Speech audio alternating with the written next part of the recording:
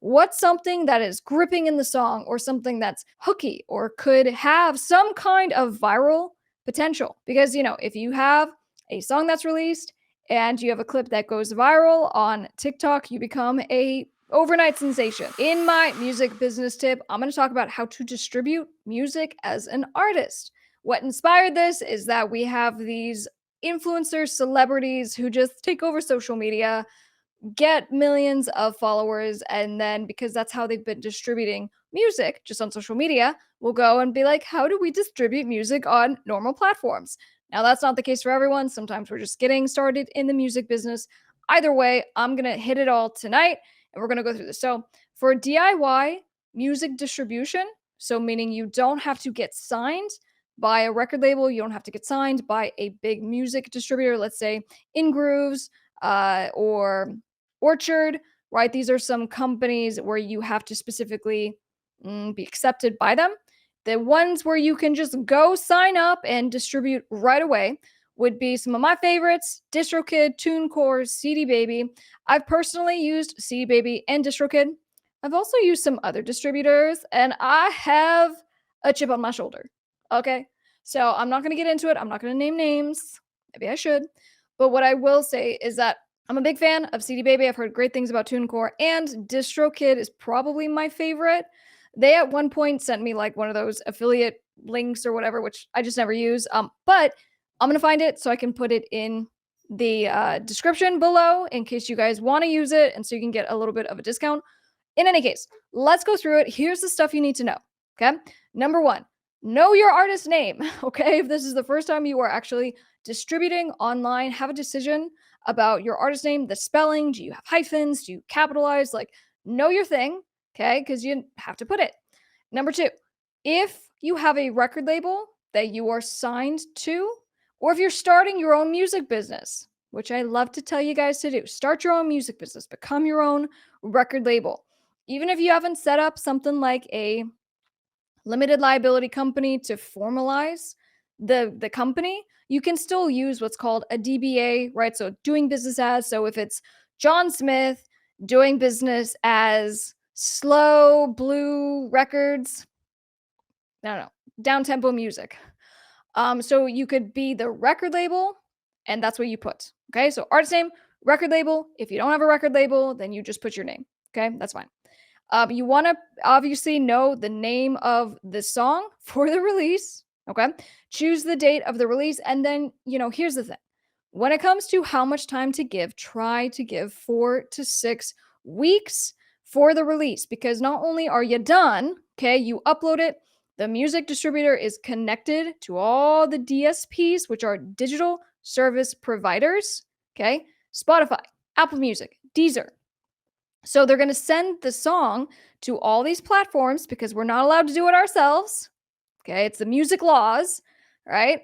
We can't go to the platforms ourselves, so we have to go to the one distributor that distributes it to all the platforms. But the nice thing is that all those platforms will then pay your distributor, who pays you. So that's how you get paid. That's kind of how the distribution works. Okay. But you want to give at least 4 to 6 weeks because that's your sweet spot to give the distributor notice to get the music to the platforms, to then submit Spotify for artists, right? You can submit for Spotify playlist consideration, but they need, you guessed it, 4 to 6 weeks. Okay.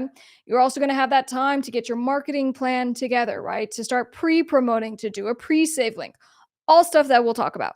But choose your release date and try to set it out 4 to 6 weeks. Now, I have broken this rule before. I've done like cover songs where, I got it done and it wasn't something that I was really pushing as a major release. And so I was just like, oh, let's get it out. So maybe 2 weeks notice. And from my personal experience, DistroKid was able to do it. Actually, it was less than 2 weeks. No problem. But obviously you want to give as much notice as possible. Okay. And then it will ask you questions like, do you want to have it available? So do you want to have the song, the EP, the album, whatever you're distributing for preview, right? Or pre-order through Apple or some other platform. And so that's fine. You can do it like a week before the release. Okay. Or at least that's what I do. I'll ask you questions about what genre. So kind of think through this before, right? If you're a singer-songwriter, if you are in pop music, if you do rock, it's helpful that you obviously give accurate information. So you add that. Then it's going to say, tell me the best section of your song. Really think about this from a marketing standpoint because that 1 minute section that it's going to ask you about is what's going to be sent to TikTok, is what's going to be sent to Instagram stories. Okay. And that it typically is going to be what is used over and over and over. So really think through what's something that is gripping in the song or something that's, even if it's quiet and slow, that's hooky or could have some kind of viral potential. Because, if you have a song that's released and you have a clip that goes viral on TikTok, you become a overnight sensation. It's really amazing, which is how some of you end up becoming superstars and then contacting my office because you're like, hey, I've never actually released a song. How do we do this? So you pick your best 1 minute, you determine the release dates. They ask, how much do you want the song to be for platforms that people can purchase it on? I always put 129. There's usually options of like 69 cents or 99 cents. I always put 129 because that's kind of industry standard. And then when it comes to being prepared with the actual stuff, okay, so meaning the cover art and the song. With the song, you can usually upload like an MP3 or a .wav file. If you are the producer or if you are working with someone else, make sure they give you a high resolution WAV file. Okay. You want to make sure that the audio quality is as good as possible because what happens is when you upload to the distributor and then the distributor sends the songs to the different platforms, the song gets compressed. Okay. And that's why sometimes if you ever hear your music, I don't know, through like Instagram stories, and you're like, the song sounds a little tinny. It sounds a little funny. That's because it's been compressed. So that's why we don't want to use MP3s because the MP3 is a more compressed version. It's lower resolution. So we want to start with the biggest one possible. Okay. So do the wave. And then when it comes to the cover art, number one, have it done. Okay. But then a lot of platforms like DistroKid, they want 3000 by 3000 pixels. So meaning it's a pretty high resolution. And my, rule of thumb for my graphic designers is to go pretty big, make sure it's obviously a square. Okay. And then if it needs to be, resized and made smaller, that's okay. It's usually tough going the opposite. If you get it too small and they're like, oh, it's too low quality and now you need to get it bigger, which means you have to go back to the graphic designer and then wait and then start all over. Okay. It's a mild nightmare. So that's kind of all the stuff. Here's all the stuff that you need to know because the great news is that when you go in to start one of these accounts, right, it will just ask you some simple information. It will ask to connect to your bank account. And then the upload process is very intuitive and it's very easy. I always say this, the first time is always going to be the most scary and difficult. And then after that, it's easy because you did it, right? So go through this process, add the information. And by having the information before you even start, it's not going to feel stressful, right? Because you already had the information, you were ready to go. Now, this came up with one of my students asking, how does it work with the codes that we put on the music for tracking? So there are what are called ISRC numbers.